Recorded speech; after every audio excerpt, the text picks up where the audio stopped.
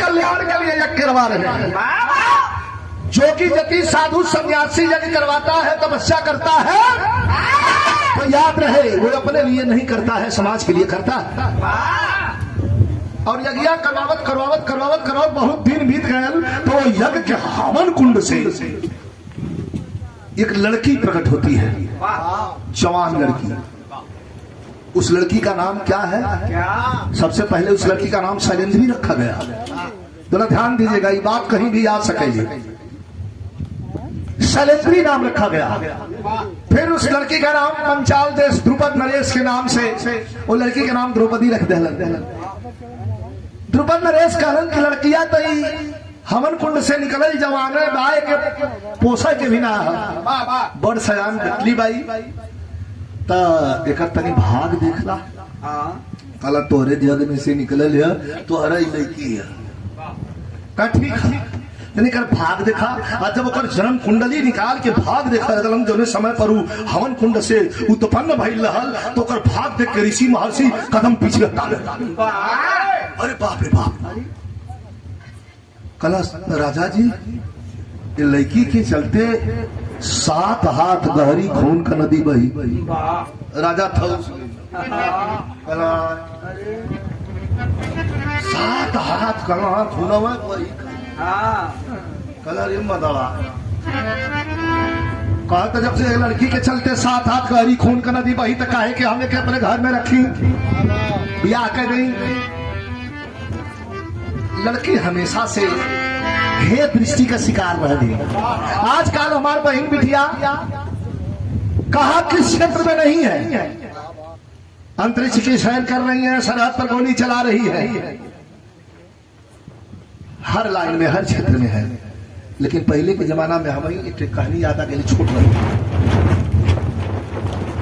आज हो मौका पहले आज पहली है पूरा ही हो। ठीक है तो आज कपड़ा अपना ठीक था, सट के खाली रह जाए हमारे देखे उखाड़ का करी आदमी खाली हाथ से नहीं ले नहीं तो उधिया के हो से जा चला कोनो बात ना सुनाओ भैया। याद आ गई खिस्सा, बड़ी मजेदार चीज याद आ गई है अरविंद भैया। छोट रही में इतना बड़ा गावत रहे, बहुत बढ़िया। स्कूल में प्रार्थना हम ही करी, हम प्रार्थना करी तब तबला बजे हारमोनियम बजे, तबला पर प्रार्थना करी। तो बाबा हमारा रहला तो हमारे गांव में दूर जाने देखा पेड़वा ठीक है कि सुखाल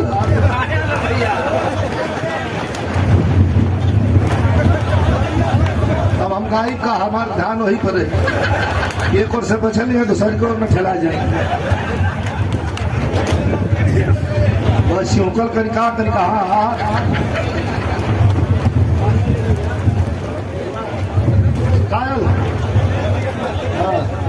हमें तन को लटक लोचना सुखैला है कट दे आए चला जब लिखल हुई। तो बाबा हमारा रहलन जिया तो खड़ा भैली हम तो हमारे गांव में धूल जाने का मेहरारू समय जो बात तो लड़का हो खावा लगली सही किस्सा यूट्यूब वाले लोग चलावा एक जने की लड़का भैल तो बड़ा खुश रहा फलाना भैया चला खर्चा कर दे लड़का बेटा आज लड़किया भैल तो बाछी नहीं मुंह गिरू कैसा हो फलाना का लड़की हो। तो हम पूछली बाबा से कहो बाबा लिखवा भला बात खुदत हूँ आजकल लड़किया भैया काहे मुंह गिरू बताना जरूर हम काहे बतावा। तो देखा पुरनिया आदमी चौधरी आदमी कैसे समझाओ तुम 60 का कैसे कि लड़की जब पैदा होली ना बेटा हम कहे हाँ बाबा तो कहा हेत गुल्ली छटक के अब बाबू को ही पिछवाड़े हट जाए। हम कहा है ओ बाबा निकले लेकर तुम सारे पहले गुलिया वही में रहे जस जस लड़किया बढ़ी तस तस गुलिया बढ़े लगे। आज जब सयान होला लड़किया तो गुलिया बढ़ के गुल्ला हो गया पतन ले रही पगला के खोजे लगे पगड़ी बांध खजात खजात खजात दुल्हा पाए दी है बारात मंगा ली है दुल्हा राम उठी है आज वही सेनुर डालना आतले बाबू में से गुल्ला छटक के दुल्हा में हच गए ले जा ढोवा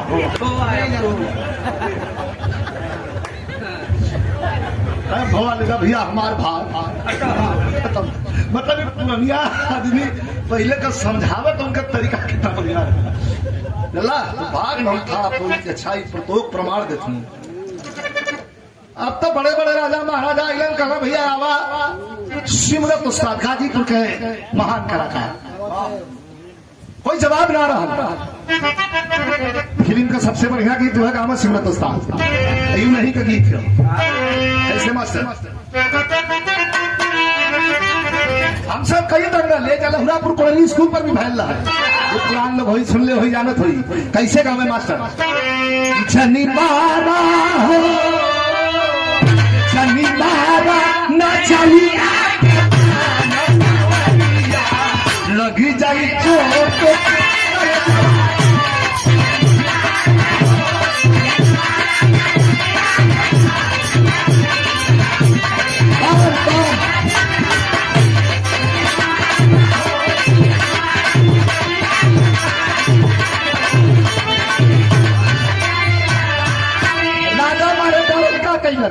कि रखवा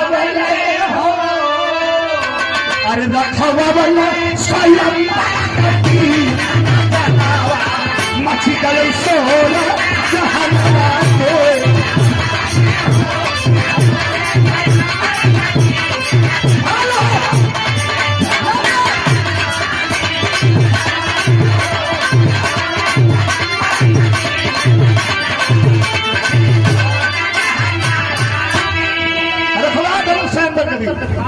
₹100 पुरस्कार प्रदान कैलन हमारे शिष्य बहुत सुंदर कलाकार हमारे रवि यादव जी मरही की धरती से सुभाष श्रीमद बचवा के कार रखना स्वयंवर में कार रखना कि हो अरे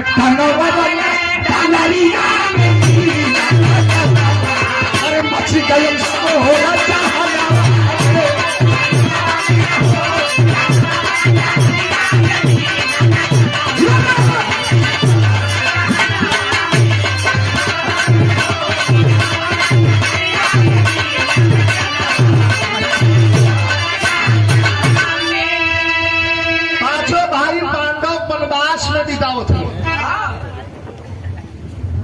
दुर्योधन लेके करण के पहुंचल रहा कि चल के जल्दी जल्दी बाढ़ चला के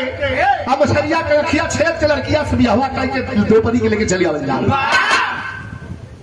तमाम लोग रहीलन कोई से उडलरिए ना छुआए मछली का तो बात है छोटा। तब तक पांचों भाई पांडव धारा निघार खाली धोती पहन ले और जने धारण कैले एक पीताम्बरी मोछी ले ले पांचों भाई अर्जुन जी जब वही हल्लन दुर्योधन के अंदेशा हो गए अरे महाराज तो पांचों पांडव लगत होंगन हाँ हाँ लगत होंगन पांचों अर्जुन जी गईलन देखा वीर का पहचान सबसे का पहचान कैसे हो जे आवे थे अपन जाए भवन यहाँ भैसा मत खाली धनुष उठावे बाढ़ चलावे नाचल है लेकिन अर्जुन जी अलन तो पहले धरती के प्रणाम कैलन चारों दिशा के प्रणाम कैलन आदमी का प्रणाम कैलन हंस के द्रौपदी के तरफ एक नजर दिखलन कृष्ण भगवान के भी प्रणाम कैलन। प्रदेश सचिव समाजवादी पार्टी के शानदार नेता युवा नेता हमारे छोटे भाई दिनेश सिंह यादव हमारे संघर्षों के साथी हैं आप लोग और आप लोगों के ऊपर ये जिले का नहीं पूर्वांचल का पूरा भविष्य है। एक बार जोरदार ताली से आप लोग सम्मान करें। माननीय अखिलेश यादव जी के हमारे राष्ट्रीय अध्यक्ष जी के नीतियों पर विश्वास करते हुए तमाम भांति की बातें कहूंगा तो बड़ा देर हो जाएगी, उन बातों को रहने दीजिए क्योंकि जो छूट गया उसको जो दोहराता है तो इसका मतलब कि उसके पास मसाला नहीं, जिसके पास मसाला है वो पीछे नहीं जाता आगे की तरफ बढ़ता है। बहुत बहुत धन्यवाद बाबू के 500 रुपए का पुरस्कार दिए हैं, माला दिए हैं, धन्यवाद। सुन के लोगन जौन भी करे कभी करिया गाल थई तो रैला हल्लेट असली जौन करिश्मा इनकर अभी देखला ना हमने गौले के बाद 5 मिनट तनिसा और मौका दे दिया। ये लड़की से कुछ गवाही उतना दूर से बोलूदे ही और आप लोगों के आग्रह पर हाँ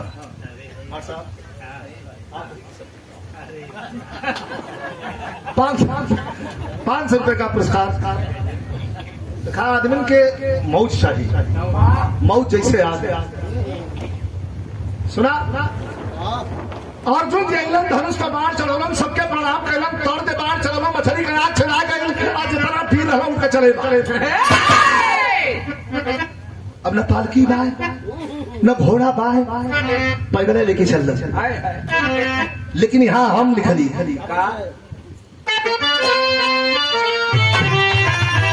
द्रौपदी कैसी लग रही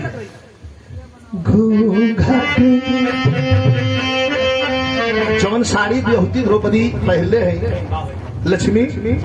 जौन साड़ी द्रौपदी पहले है वो साड़ी के जब घूंघट का रूप दे ली तो उनमें द्रौपदी का चेहरा ना लगता का लगता कि घूंघट में जैसे चंदा घूंघट में जैसे चंदा शर्मा के कुछ हकमा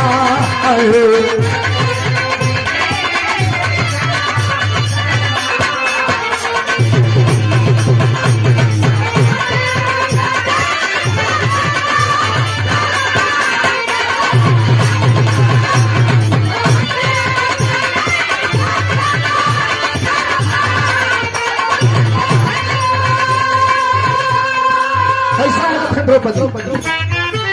होठावा के बरसी मोती अमृत का रस झरता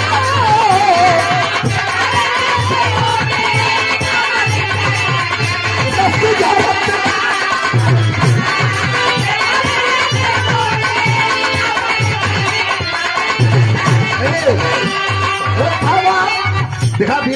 कलाकार लिखता नहीं है लेकिन कलाकार लिख देता है तो फिर वो नहीं छोटा है जब उसको उसका सेंटेंस बैठेगा तभी लोगों के काटे हुए और जाला कैसे क्यों है खावा से बरसी मोती अमृत का रस झरता घूंघट में जैसे चंदा शर्मा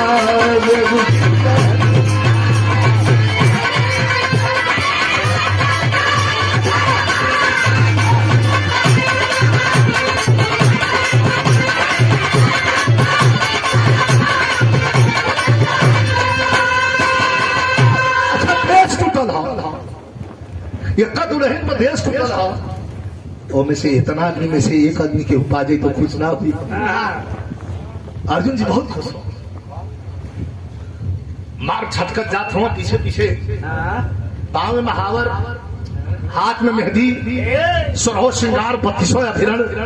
सजा के द्रौपदी पायल छमकावत छाम छाम छाम चलत चल जाते हैं जंगल में पैदल लेकिन कभी कभी पाकर के द्रौपदी को हाल थे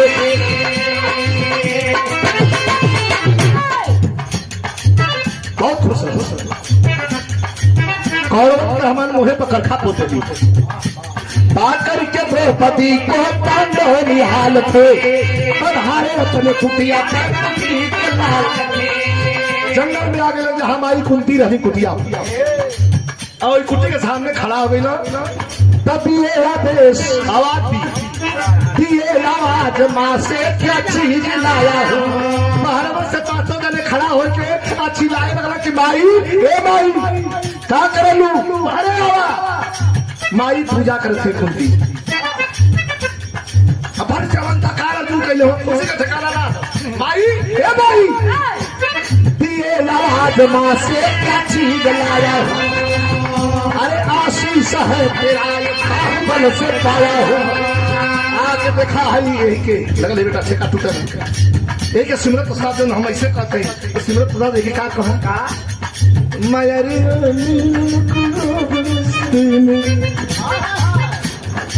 अरे मगरिया मिलन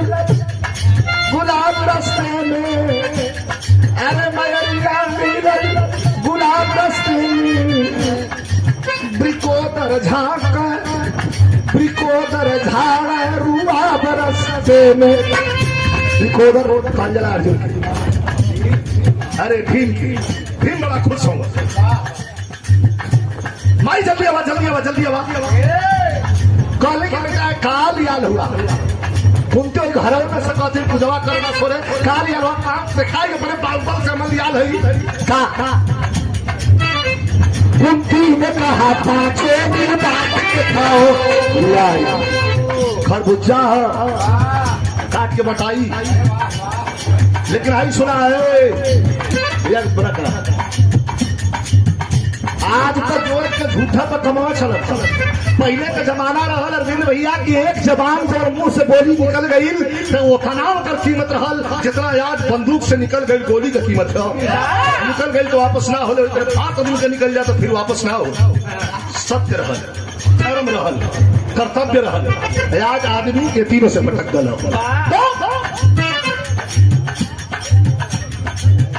द्रौपदी भैया की आवाज है तो बोले मत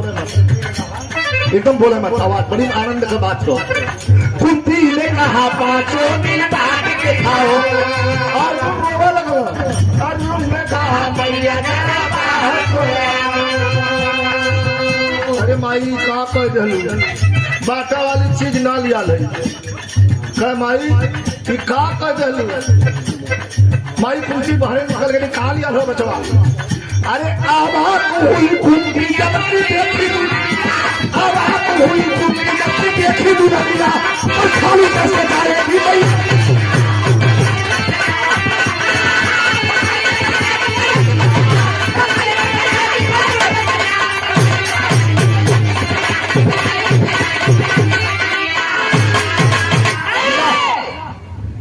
आवाज हुई कुंती जबकि देखी दुल्हनिया और खाली कैसे जाएगी मैया की दक्षिण। ये बचवा का लिया लूंगा कल हमन मेहरारू हम जीत के लिए लिए तो कसो बांट ला लो बोले भीम जी कहा था सुन माई कह दहली बांट ला तो बटाई कले मतलब तू पागल हो होगा मेहरारू कैसे बताई का जैसे मन करो इसे बांट रखी बताई अरे यार कैसे बताई का सारे काट के थोड़ा बताई तो कैसे बताई खड़ा दिन बता जा उनका पारी कहा रहे यार भीम भैया ही कहा कर हुआ कुंती कहलेंगे है भीम फालतू बकवास मत करा यहाँ बिरहा में तर्ज लग गई देखा ये नाटी का गीत है।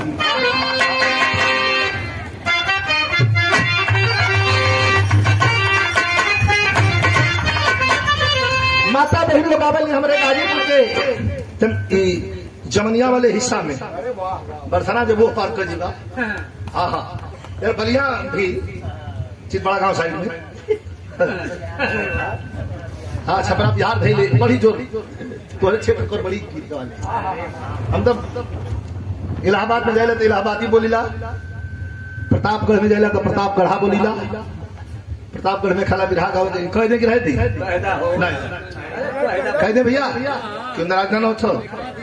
नहीं ज्यादा अरे नहीं कोई ठीक है हमार जो असलियत है कि लेकिन यहाँ माता बहन लोग बैठे नहीं कहें देखा है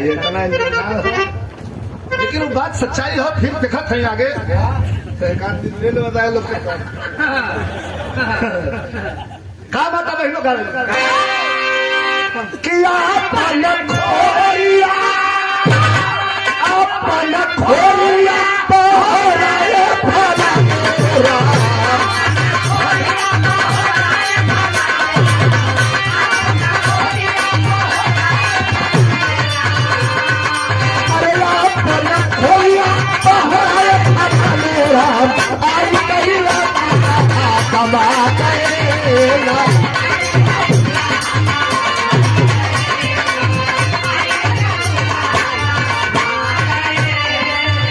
बड़ा बेटा खिंचा लेकिन कुंती का है अभी चुप कुंती अरे कुंती चल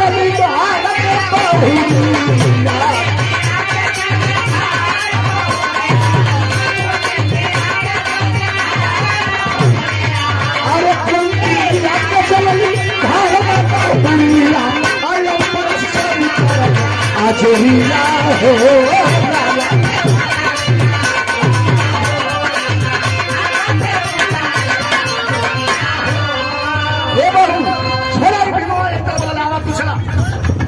तौले दुअरिया बजात जात मड़ैये में बजाए के हाँ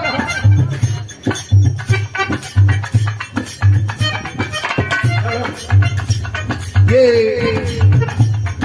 स्नातकोत्तर महाविद्यालय महामंत्री हाथ जोड़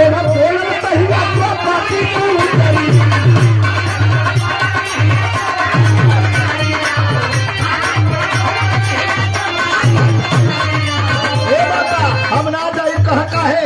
कि 5 को माला अरे 5 को माला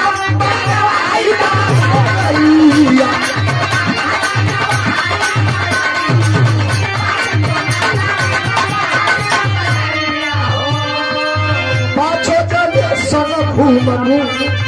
खवरिया हो लाला 5 को माला मंगवा दा 5 को माला आल कुटिया पर एक सवाल है कि 5 जाने के मेहरारू द्रौपदी कैसे भइले कोई कुटिया पर गंधर्व रीति से फिर माला पहिरावे लगली सबके पहिरा के जब अर्जुन के यहाँ लेकर पहुंचल तो अर्जुन कह रहा है दा हम तो पहिरव नहीं रलू है कल नहीं लावा तो हम दोहरा देते तो हम बलवा अरे हम तो पहिरवले रलू है कह आवाज तो हम दोहरा दे छूट रहे 24 घंटा आवाज चुप रहा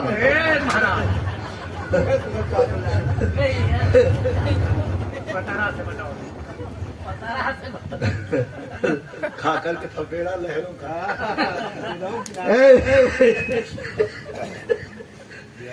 पांचों जने कोई जब बियाह हो गए अच्छा तो देखा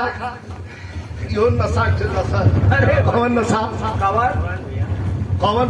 पुष्कला जनता ना घना तो लड़का हुआ छोटा अनमोल नशा होता मदहोश जवानी का हमारे गुरु जी कहते इलाई ना मीठ लक्ष्मी भले रोक ले कोई दरिया का पानी मगर ये मोहब्बत तो बांधी न जाए दरिया का पानी बांध जाइए गंगा जी में भी बांध कुल बांध दल लेकिन जवानी क्यों से बंधाई जब आवे तैयार रही यही में जो संभाल गए अजना संभाल हो सकता नदी या जाल के अलावा कुछ और जाना भैया अब 5 जने थे मड़ई में एक तरफ खटिया कुंती माता का एक तरफ खटिया द्रौपदी का और भीम दोनों मातों अर्जुन से पूछो तुम देखा है जल्दी करना क्या पूछा तुम कल अर्जुन कुशियाल हो कहा करे सुहाग रात का प्रबंध कुछ बताइए किसकी चाह कि अर्जुन जरा के दांते काट ली मतलब जबरी जो तो 5 जने से ब्याह करवा जाला इनमें बड़की मड़ई में दूर खटिया एक तरफ मारी की खटिया एक तरफ मेहरारू खटिया कैसे ईश्वर तुम भी धारा सुता कला माला कब बोल अगर चांस मिला पहले दिन के जाई देखा नगदू काका भले क्या बता दे भाई चिढ़ावत तोने भैया भाई 25 दिन निकला तो घटना घट गई लिखे इथे तर्ज रहा होली में इथे गीत गौले रहली आजकल का कुल कपड़ा बड़ा शॉर्ट कुल मेहरारू बड़ा कम पहन के घूमत थी बम्बैया में चल जी बात अपने मुंह ठपे के पड़े हमने ढोलक बजाओ हम बापू लग दिया कल हम बम्बई प्रोग्राम में जुहू पर अरे भैया हाँ एकदम छोट सा चड्ढी पहन के बिगनी और जो तो यार तो कुछ ना रहा खाली डोरिए रहा कहे में हमारे लाज लगत बा हम का कहे वो अपन माँ निशे से घूमत बा वही पता अपन मॉर्निंग वॉक करत बा बाबूलाल भैया दौड़ना जाके गमछा उड़ा देना कल बहनी तोप लाई युग जमाना ठीक ना है इडियट नाम से तो नहीं ना पहुंचेगा तो झापड़ छोड़ दे अरे एक मिनट मैडम हमारे यहाँ का संस्कार है हम हमारे यहाँ बहुत ढक के कह ऐसे बदतमीजों को हम अंदर रखो घर में ये जुहू पर क्यों घुमाने लेके चले आए बाबूलाल भैया रहना वहाँ 1 महीना हम प्रोग्राम लगातार गौली लेकिन जूहू के नाम पर तुरंत बाथरूम जाएगा कहा हम ना जाए हम भोजन ना मिले ठीक है हम बात जूहू पे ना जाए साला ऐसा ऐसा काम हुआ तो इनमें फिर गीत हम बोले रही कैसे कैसे कहा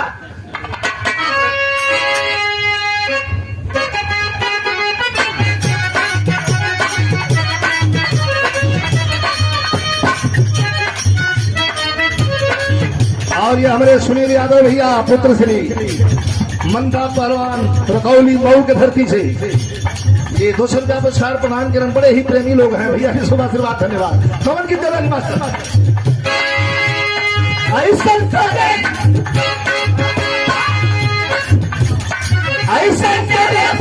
तो हरा करे पार्टी के ढांचा से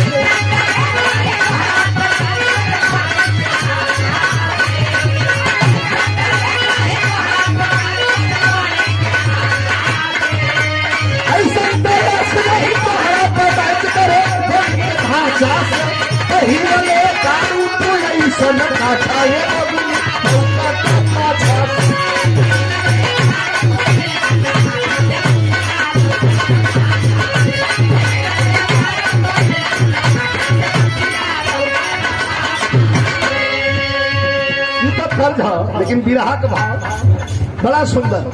कहानी जैसे आगे बढ़ी 5 मिनट तनी और गौर करिए कैसे 26वां दिन के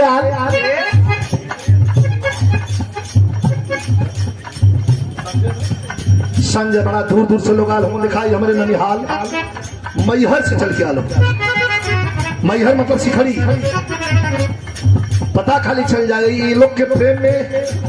अरविंद भैया ये लोग के प्रेम में ये लोग के रिक्वायरमेंट पर ही हम 1 महीना पहले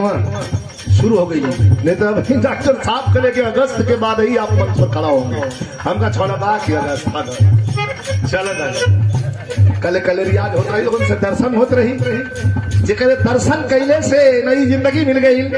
ओकरे बदे हम अब इतना इंतजार न करवाई अभी लोग के बीच में खड़ा हो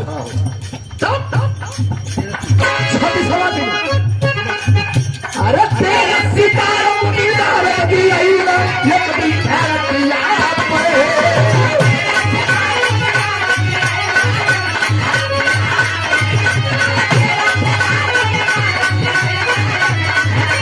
अरे तेरे सितारों की दावेगी यही ना ये कभी ठहरत याद पड़े अरे बाबा के कलम को ही भगिया मारी कुंती गोबतिया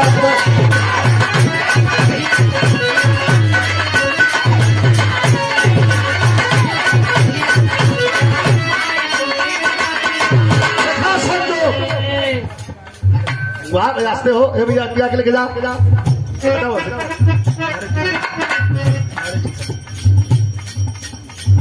नारद जी उनके कहले तने हमार पतो है कर भाग तो दिखे बाबा नारद जी जब देखला ओकर भाग नारद जी का माथा फन कई देख के भारी हो सुतर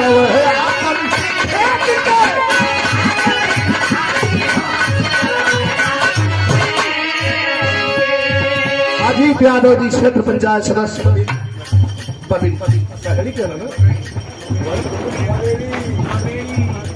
अच्छा ठीक बबेड़ी की धरती से हाँ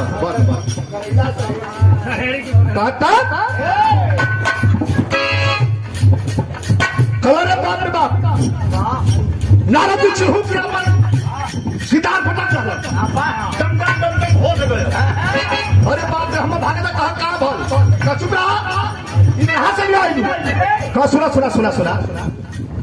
ये हमार पतो अब रामदेव उस्ताद वाली तर्ज लगल देखा आज तो जमाना बदल गल हो देखा लड़का लड़की हुन पूरा हिलावत हो कस के हम देखा ट्रेनिंग दिले दूसरा लेकिन हम गाड़ी का इंजन है अगर इंजन रास्ता बदल दे तो पूरा डिब्बा खराब थोड़ा सा दाल में नमक पड़ जाता नहीं सा ओकर आनंद आ जाए और ज्यादा हो जाला देखा हम तनी से हिलब जरूर लेकिन हमारी ये ना लगी कि हम हिलत है हमारे रामदेव उस्ताद के स्पेशल है।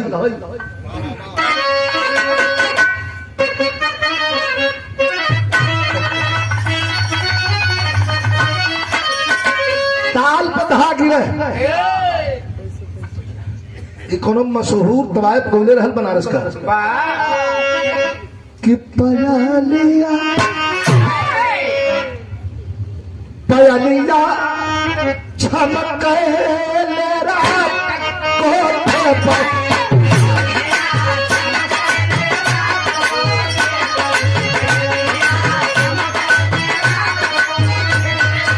खेला यहाँ पयालिया चमक रात कोठे पर बिजुरिया बिजुरिया चमक रात कोठे पर बिजुरिया। यही जो खेला है गिलास पर से मुंह हटवा है देखा कि बिजुरिया अरे चमक रात कोठे पर कमारिया।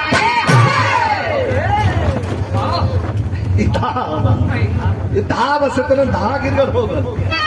ये क्या कहा जला दाल में घी एक थलिया घी लेके अगर हमें एक चम्मच दाल डाल देते काम खराब हो जाला जैसे कि बिजुरिया अरे चमक रात कोठे पर कमरिया कहा कमरिया लचके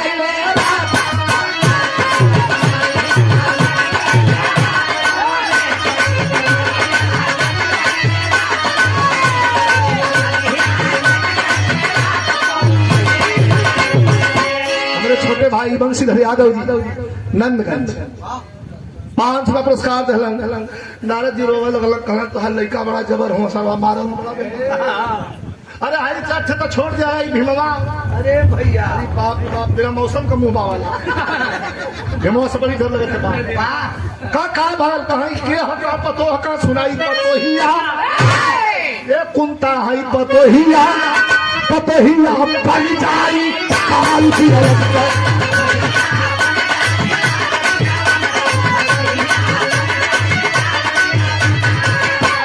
पतोहिया अरे बन जाई काल की बन के मयरिया कि मयरिया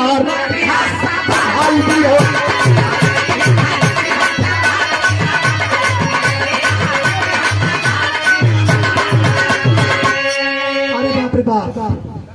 ई पतो ना है कहाँ का है कहाँ तोहरे तन ध्यान दा भैया भैया यह थोड़ा सा 2 मिनट में विशेष है अरविंद भैया कहीं पतो ना है नारद जी कहला कहा तब कहा अरे तोरे पूरे खानदान के खाए आई कुंती के दहिया झुरा गए कहली हे बाबा नारायण के जनता हुआ ये बाबा कौन उपाय कहे कर पूजा करा प्रसन्न हो जाई तो कोई को छोड़ देना तो कोई छोड़ी ओड़ी ना कैसे पूजा करी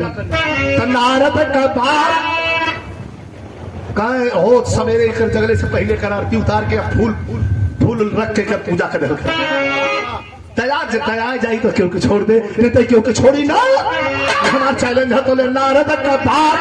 कुंती मन में बिठवली और घर में पूजा करती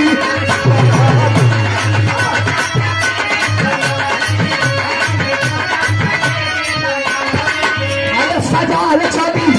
सजाल छवि फूलों का थाल पीला सजाल छवि फूलों का थाल पीला।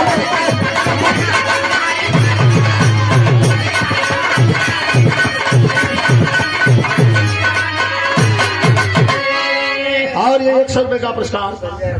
हमारे संजय यादव बद्धोपुर ऐतिहासिक धरती गाजीपुर शहीदी धरती पुरस्कार प्रदान बच्चा सुबह से बात धन्यवाद कहा के कर पूजा करा। अब तो ये भैया फिर हमारा अंतिम चलत है लेकिन मन आप लोग को खुश हो जाई। अब दोनों जाने सुतल है कुंती 3 बजे उठा जाके फूल तोड़ के लिया के नहा धो के अब फूल द्रौपदी के पलंग के घोड़े के चढ़ा के और सुतले में द्रौपदी का आरती उतारल रोज 1 महीना चला। एक दिन करवट बदले में द्रौपदी का नींद टूट गई। अरे माता ये क्या कर तो हर पूजा हम न करे के चाहिए फेंक दली आरती का थाली धाले में गोड़ कहले कि तू हम जानत है तू हमारे बाबू ना काहे नारद जी को बतौले तो हमारे पूरा खानदान के लीला आई। द्रौपदी उठ के खड़ी हो गई देखिए अपने रोल में हो गई आज अभी इसी वक्त जो मांगना हो मांग लो, मांग लो, वाह जो भी मांगना हो मांग लो। माई का ममता खतरा करा दिलस। अगर कुंती चहले होते तो कह देते कि महाभारत की खून खराबा हम ना चाहते, 7-8 घड़ी खून की नदी नहीं बहती, लेकिन वो का मांगते हैं। का एक बंधारी दादा भी एक गीत के गोले गुरु जी, हमारे गुरु जी बतावला तो उनका तेरी दूसरा है, हम दूसरा लिख रहे। इलाहाबाद वाला कुल लेके यही के गा के कहत हूँ कि हम हमका बपौती हो ना, ये बंधारी दादा गाँव रामाधार खलीफा गाँव, लेकिन लोग गावे का तरीका रहे, लोग गावे का तरीका रहे, लेकिन नट कैसे गाँव मास्टर। ये बंधारी दादा का लाइन में हमारा लाइन ना है, कैसे गावना जहिया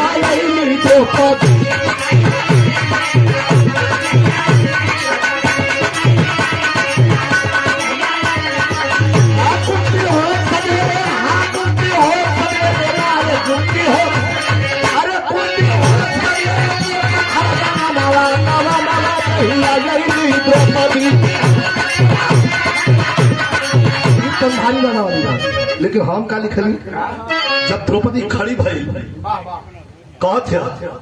कि मांग लगे मांगे के हो, तब लिखा के पल का कि रड़क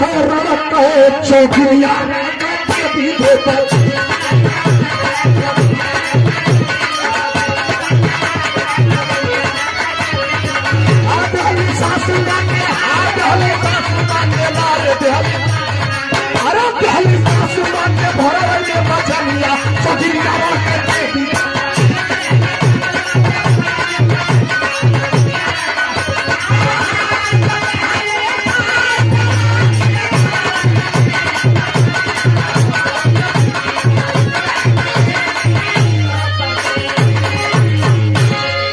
सासू माँ के भोरवे में बचनिया,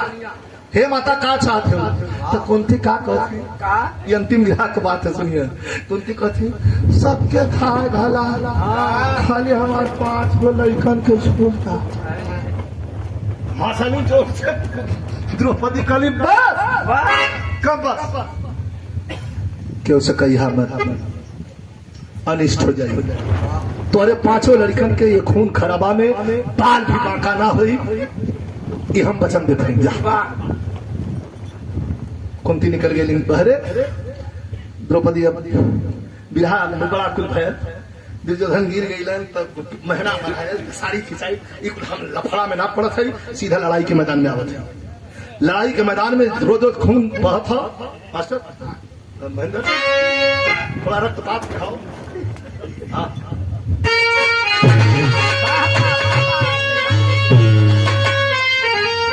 सोनू बाबू दुल्लापुर अकेला अलवा कोई और हो, दुल्लापुर सोनू बाबू शुभ आशीर्वाद बसवा के इकुल हमार कर्म भूमि हो।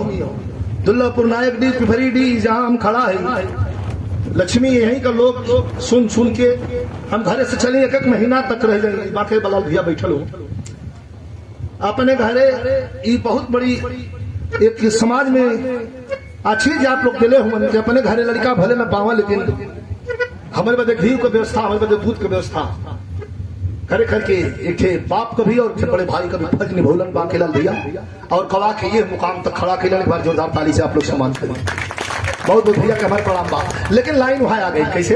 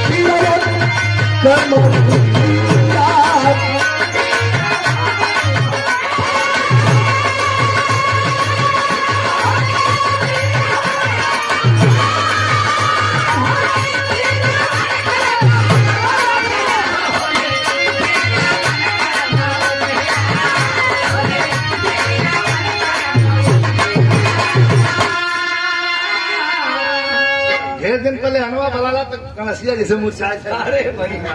मुरझा 2-3 दिन गाई तो मुर्चवा छोड़ गई ना गप गप घोटल लगी मुर्चा था 3 महीना पर तो खड़ा कैसे हो खाली अवार्ड लगे बाद तुरंत बेच ले अच्छा क्या लगी बात अवार्ड हो लेना का अच्छा हम वहाँ पर रखते खींच ली ऐसा मशीन होखा तो समाज में निकाल देता कम से कम बाला वालों की छुट्टी हो खाली आवाज है लगाओ अपने से खींच ले या लाना बाला खातिर घर में गौआ होता अरे भाई खाली पकड़ाए वाली बात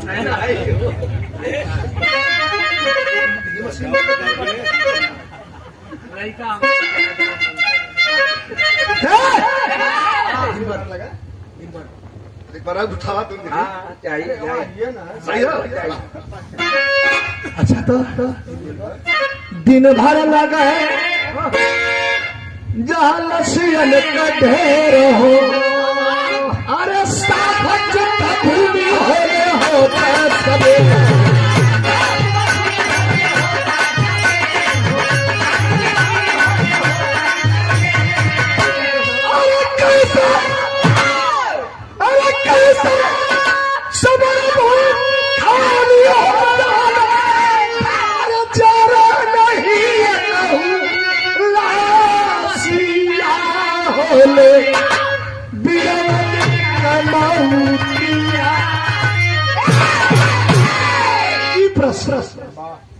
वही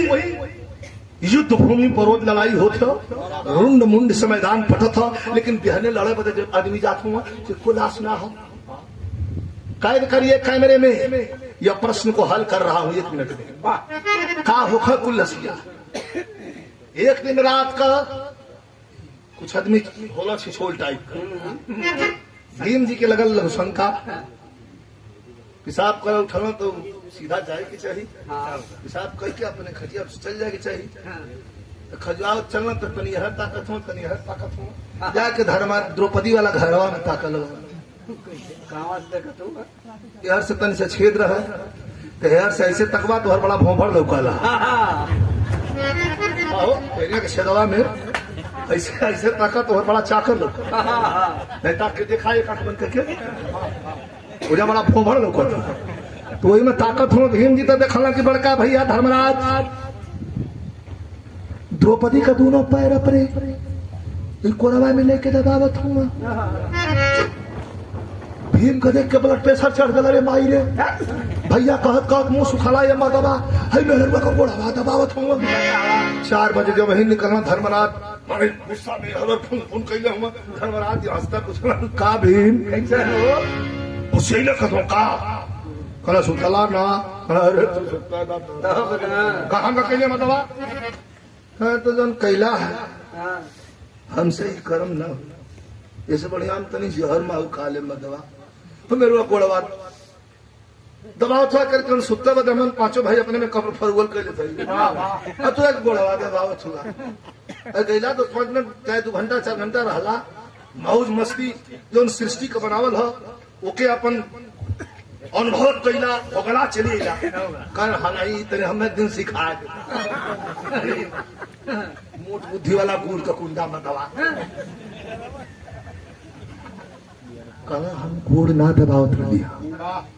तो हम का जान बचावत रहिया फिर कहा हम के साथ का रोज रात का द्रौपदी निकल कहाँ जाली हम के पता ना उनका पीछा करा तो किस सवाल का जवाब मिल जाये अब भी मोदिन से सुनते ना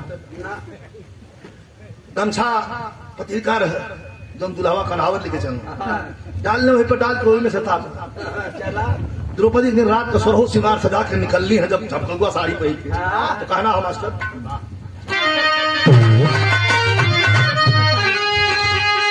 अरे सोई डाल हरवा भरवा अंबर के और चली द्रौपदी सोरहो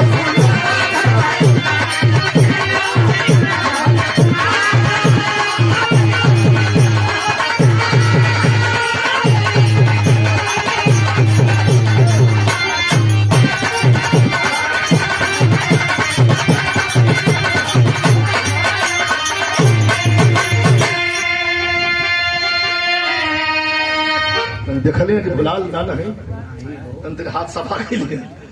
चटक चांदनी सोई डाल हरवा घरवा अंबर के चली द्रौपदी कर सोरहो सिंगरवा घरवा अंबर के भीम जुठोंगा गदा धीरे धीरे दबा के चल चला आज पकड़ा चला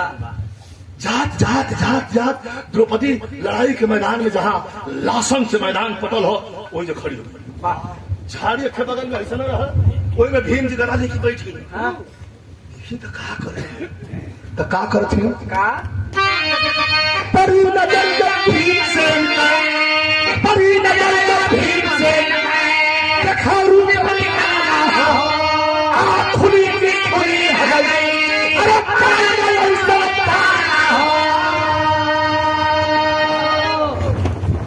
खड़ी होके द्रौपदी परियार मुंह बा के हर हर हर हर जौन लसिया रह तो उनको खोटा नगर उस झड़िया में बैठल भीम जब देखल कि अरे मोरी बाई अरे पप्पा हर हर हर हर रास घोटा थे तो बैठल वही झड़िया में हर हर हर हर मुंह लगा अरे मोरी बाई एकर के सुत्ता खाते भगवान अपने में ऊंची का ऊंचा कर चला आज से मुंह ना चाहिए आखिर पकड़वा लेती है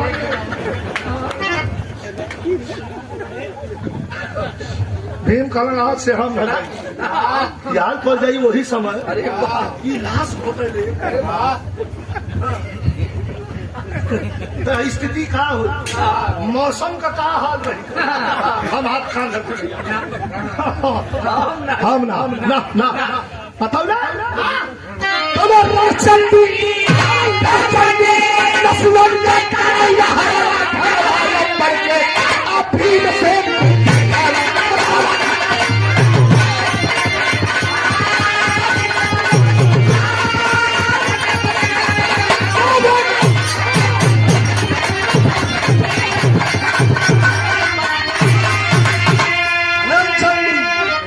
रणचंडी रसियन का करे हरवा घरवा अंबर के भीम जीवन लस्त जिंदगी में दुई आदमी के माया का लघुशंका भाई रावण महाराज के तू जौन बैजू वही के थमा के शिवलिंगवा चल के मैं पेशाब कर और तबले पेशाब करना जब शिवलिंग धरती पर गिर गई ऐसे भीमसेन जबले द्रौपदी पूरा लाश का भक्षण न कर ली तबले इनका पेशाब कर लड़े न टूटत बा कैसो कैसो टूटल कैसो कैसो है कैसो कैसो नहीं के आगे देना करना 1000 रुपए का पुरस्कार समाजवादी पार्टी के शानदार नेता और राष्ट्रीय महासचिव यूथ ब्रिगेड श्री अरविंद सिंह यादव जी जो हमारे छोटे भाई हैं आपके द्वारा 1000 रुपया पुरस्कार देकर सम्मान किया गया बहुत बहुत आपको प्रणाम सब प्रणाम बिरहा हमारा 4 लाइन और हो लेकिन मेन भाव हो वैसे द्रौपदी अपने रूप में आ गई नहीं अपन हाथ मुंह पोछा लाशस घोटा अपन से चल लगली आ भीम हर गदा जो उठा के कान पर ऐसे चलो कौन भीम कैसे चलत कोई कुंडवा नीचे है गदा आ जो मुठियावा धर के ऐसे चलो गुंडा पाउडर बा पानी में छोटा द्रौपदी के आगे आगे खड़ा हुई पसीना से थक बक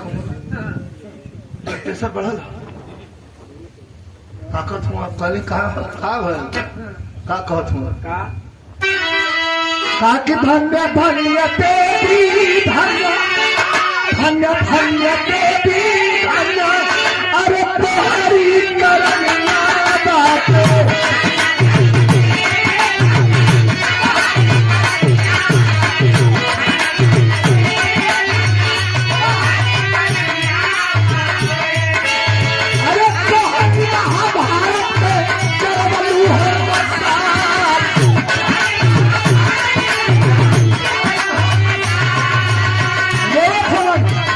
आज खानू दसिया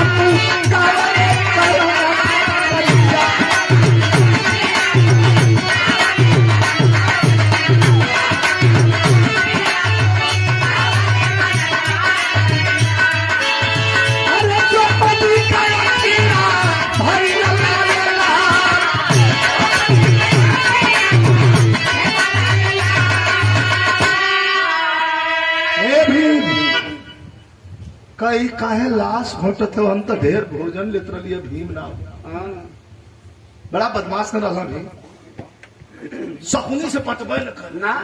को ना तन को न पट शकुनी से भीम कर शकुनी मामा के देखते ही इनका रुमा खड़ा हो जाए। एक दिन भगवान भोले शंकर के तपस्या कैलन, प्रकट भैलन भोलेनाथ कलम मांगला भीम कुल हमारे पास हो। ये शकुनिया बड़ा तंग कैली है, कहा तो का करी वादे को कहे नहीं खाई हम हाँ खाई हम और शकुनी मामा जो होते हैं बाकी काम पीछे वाला मतलब सोच भोजपुरी में खाई हम झाड़ा फिर शकुनी यह हो देखा दिन देखा एक बोरा मरचा खा जाए चिल्ला। एक दिन था उठा के ईटा पत्थर मोड़ा शकुनिया का हालत वो है जना की हालत भैंस भी आई है वैसा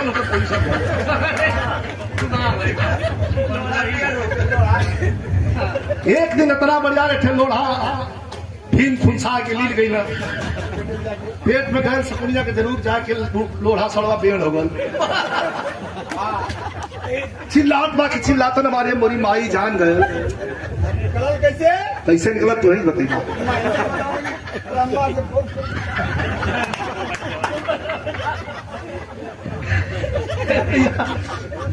कैसा भोलेनाथ कहा कि अरे मदवा भीम मर जाला शकुनिया वरदान वापस ले जाके को जान बच बहुत बदमाश रहा ना कला भीम काहे तोरण पांचों भाई बच गईला केतना नरसंहार होता है में तोहन के तो कहिए घोट गलो खड़ा लेकिन तोलन बच कैसे गईला ये भी हां का आखिरी लाइन है।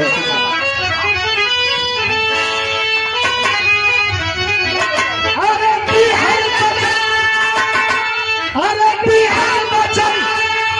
उम्मी के निभाई तो पति अरे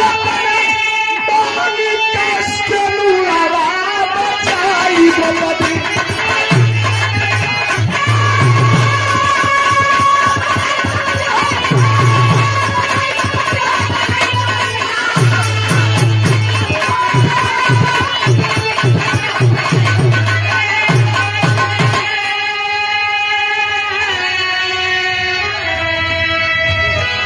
देहल बचन यह विरह का मेन पॉइंट था। देहल बचन कुंती के निभाई द्रौपदी अपने मांगी का सिनुरवा लड़ाई खत्म और जब खत्म तब रणरंगी पांचों पांडव वापस में दाह फुलाए खड़ी सयानी अरे खड़ी सयानी अब लोग मंद सुनाए दुनिया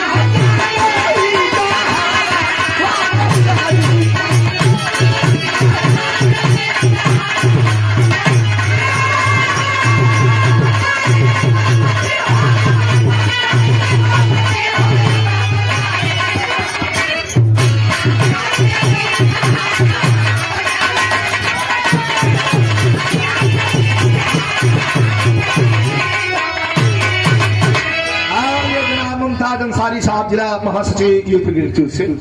छोटे भाई के द्वारा पुरस्कार फरमाइश भेजा कहो काफी समय भी हो गए कहीं सब 5 मिनट उनके भी समय दिएगा और तो हम अब वो खाए के खाए अब भाई तो समय जगह अभी के उतारे में काम खराब हो जाए कहीं से एक झटका लगता ये लोग ऐसे अभी झटका ना देख लो कौन आया है अरे भैया कौन गाने आया है उसके गाने का लहजा और शेप क्या है थोड़ा 2 मिनट मुलाजा फरमाइए। अच्छा सुनबे न करबा जनबे न करबा देखबे न करबा चुपचाप चल दीबा तो हम तो घर में कहीं हमके तो कह देबा तो हम तो चौकी बजा घर में लेकिन लड़की दूर से आई है ज्यादा नहीं तो 10 मिनट सही थोड़ा सा चमक धमक ही देखिए लेकिन देख लीजिए।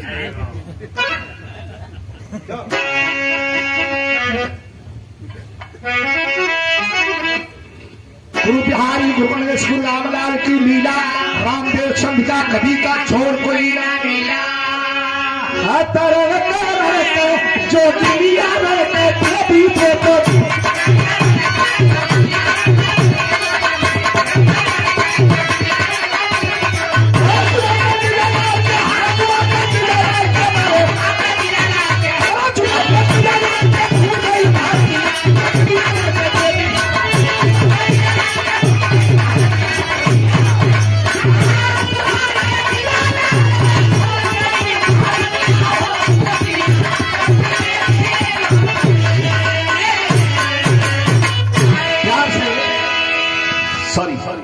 प्यार से आप लोग बैठ के